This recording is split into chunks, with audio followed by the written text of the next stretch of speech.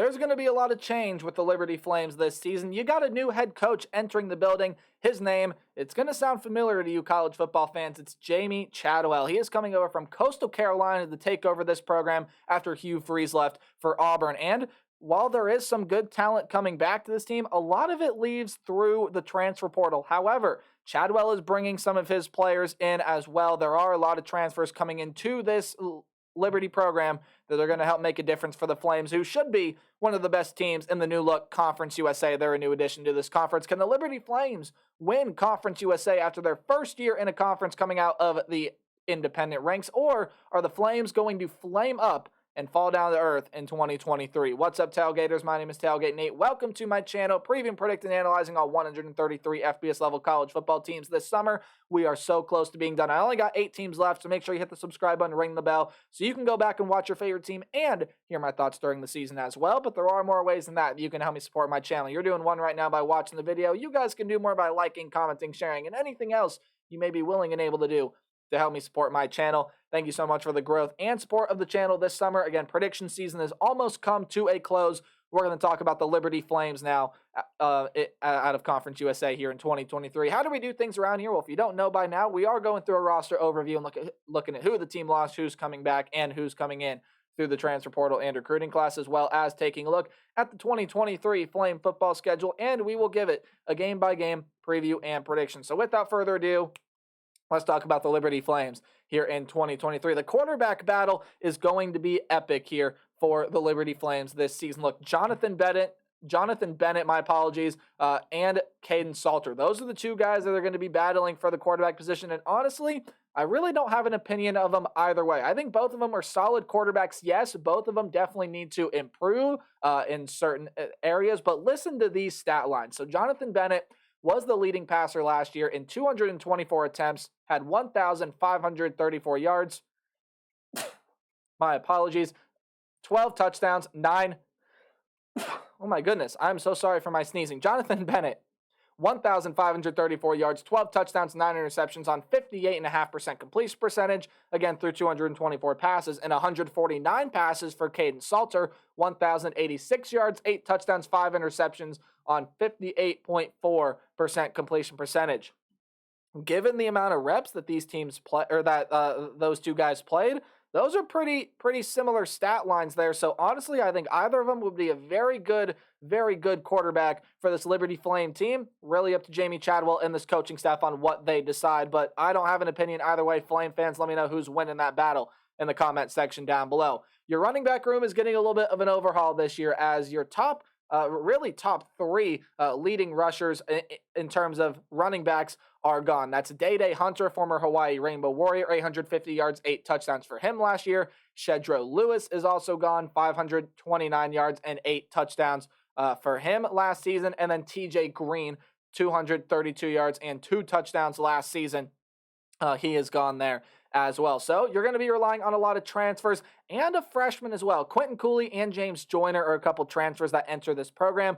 But according to ourlads.com, your number 1 string right now is a freshman by the name of Vaughn Blue, who is expected to light things up no matter how many reps he gets for the Flames in 2023. Wide receiver room going over a little bit of an overhaul as well. Your leading receiver in Demario Douglas is gone, had 993 yards, 6 touchdowns on 79 catches for this team, was by far your most dynamic weapon at the wide receiver room last season. CJ Yarborough, my apologies, is also gone, 221 yards, 2 touchdowns for him last season. Caleb Snead will also leave around 200 yards of production for him. However, Noah Frith, he was your second leading receiver last year, 25 catches, that was second on the team, 444 yards and the lone touchdown for him last season. CJ Daniels will also be coming back, as well as Trayon Sibley. Sibley, 186 yards, 3 touchdowns last season. And you do get a transfer coming over in Reese Smith. You get some other transfers in the wide receiver room that come into this program as well. Victor Jones is coming over from Nebraska. Reese Smith, by the way, coming over by way of West Virginia. Errol Rogers is over from Louisiana. So there are a lot of transfers coming into this program. Tight end room, Jerome Jackson is gone, but Bentley, Hanshaw, and Austin Henderson are back. And then on the offensive line, Reggie Young, Jacob Bodden, Cam Reddy, and Nasir Watkins. Ooh, that's a lot of production gone on the offensive line, but Brendan Schittler is back. And you do get some high-profile transfers in Xavier Gray and Jordan White. that enter this room. So the offense, again, I don't really think it matters who wins that quarterback battle. I maybe would lean Kandon Salter. I just like his game a little bit more, but honestly, given what they've proven on the field, either of them are solid options at the quarterback position for this team. Defensively, what are we going to see from the Flames this year? Well, let's start out with the defensive line. You do lose a lot of names here on the defensive line, and I know I'm going to say this last name wrong, so I'm going to apologize in advance, but he was second on the team in sacks last year. Dennis Osagiede, 6 sacks, 38 tackles last season. So that's a big part on the defensive line that'll be gone. Trayshawn Clark, Dre Butler, and Steven Sings are some other names that'll be leaving this defensive line. Clark did have 5 sacks last season. So, again, you are losing some solid production. But Kendi Charles does come back. 5.5 sacks, 60 tackles for him last season. He was a top 5 tackler on this team.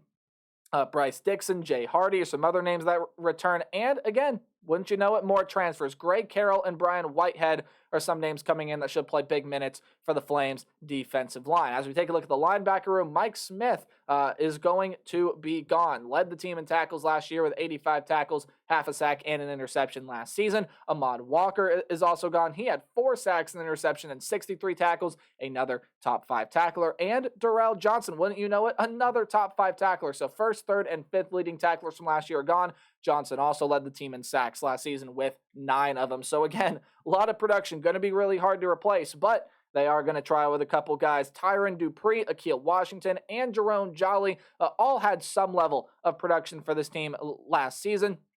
And they all will be coming back. In fact, Dupree, 47 tackles, 4 sacks. Washington, 46 tackles, a sack and a half for him. So it's not like there isn't experience coming back in the linebacker room for Liberty. But the defensive back room, you also take some pretty big blows here as well. Javon Scruggs, 69 tackles, 2 sacks last year. He is going to be leaving. Robert Rahimi is also going to be gone. 5 interceptions for him last year. And Chris Meganson will leave as well. 6 passes defended, I believe, led the team last season.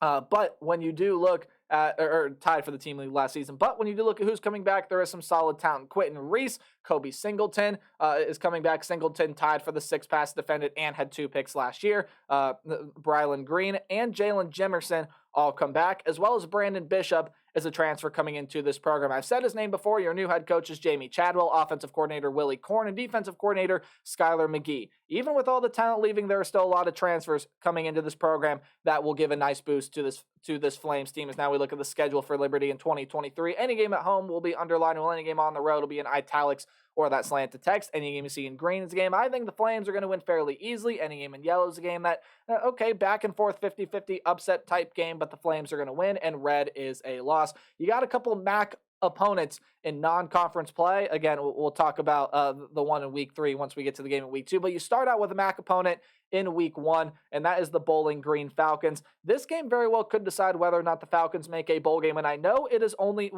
week 1, but if you take a look at my Bowling Green video, I feel pretty confident where the other wins and losses come from. This one, definitely going to be back and forth. Hey, look, Connor Bazelak is in that program now. That is a very good option at quarterback. Odu Hillier at wide receiver is coming back. There are a lot of nice pieces coming back there for that team, but I feel like Liberty is going to be a little bit more dynamic offensively, and I feel like even still with all the transfers and all the change on the defensive end, I think Liberty is going to be a little bit more equipped to handle what Bowling Green is going to throw at them than if you were to switch roles and go vice versa. This is going to be a very close, very competitive game, definitely a far below under the radar game to watch here in week 1, but I think Liberty takes away the win there in week 1. New Mexico State. This could be a game that is tricky. It's a game that you could highlight in yellow or green. Really is kind of bordering that line for me on whether or not Liberty pulls away or New Mexico State keeps this one close. They're another new addition to Conference USA, much like their counterpart here in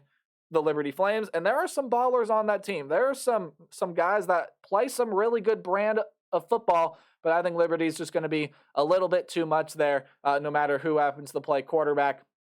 Whether it is Bennett or Salter, I believe even with all the transfers, I think they have enough weapons to get through that Aggie defense. Buffalo is up here, and this is where I think Liberty runs into a wall a little bit. I think by far up to this point, this is going to be the best defense that they have played, and Buffalo's got a lot of returning talent offensively. They were one of the best teams in the MAC last year. They're going to be one of the best teams in the MAC this year as well. I think this is where Liberty picks up your first loss. I do have them losing on the road against the Buffalo Bulls. Your next 2 games, though, should be fairly simple for Liberty to win. FIU lost a ton to the transfer portal, including Rivaldo Fairweather, that amazing tight end. You could make the case why he's one of the best, if not the best tight end in the entire country. But again, just too much talent gone for the Panthers to compete with the Liberty Flames. Sam Houston, the Bearcats, is a new addition to the FBS ranks this year.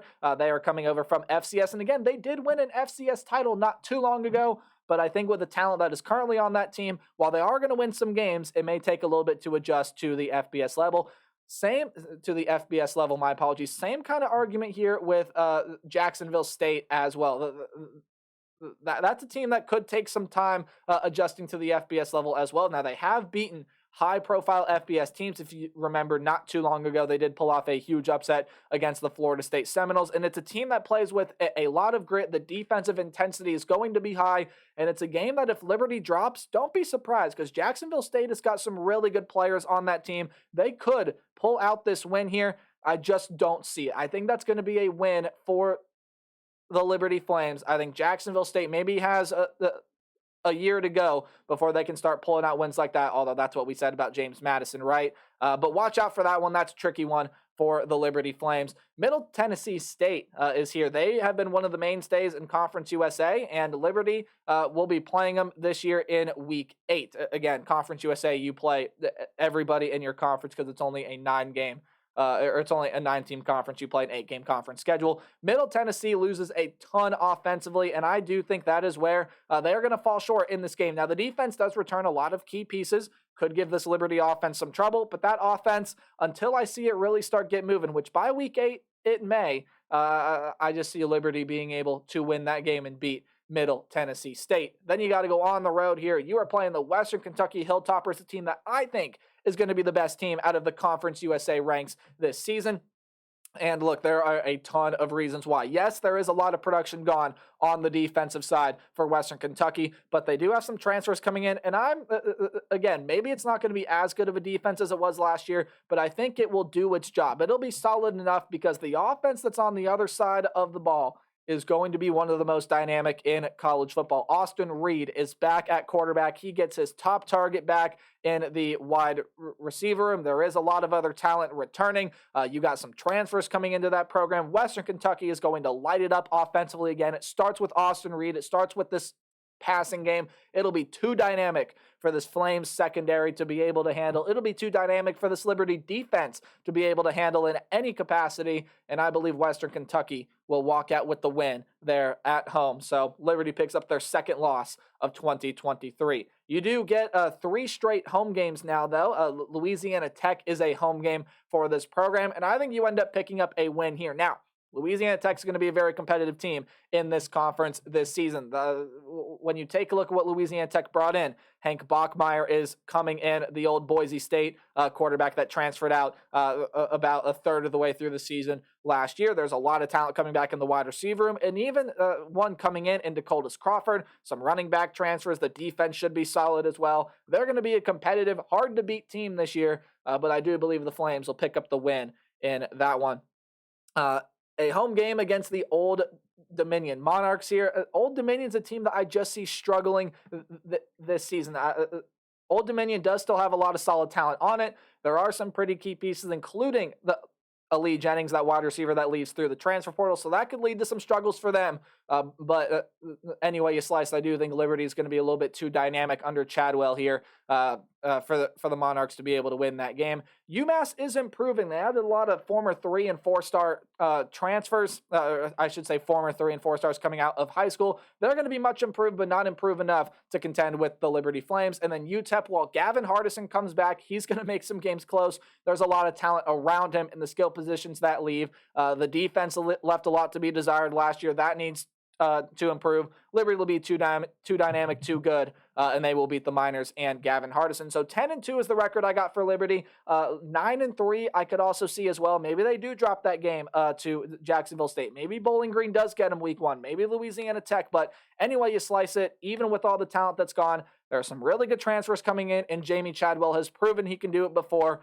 I think he'll do it again here in 2023. That's my thoughts on the Flames. Let me know yours in the comment section down below. And as always, remember to play hard but tailgate harder. See you guys in the next video.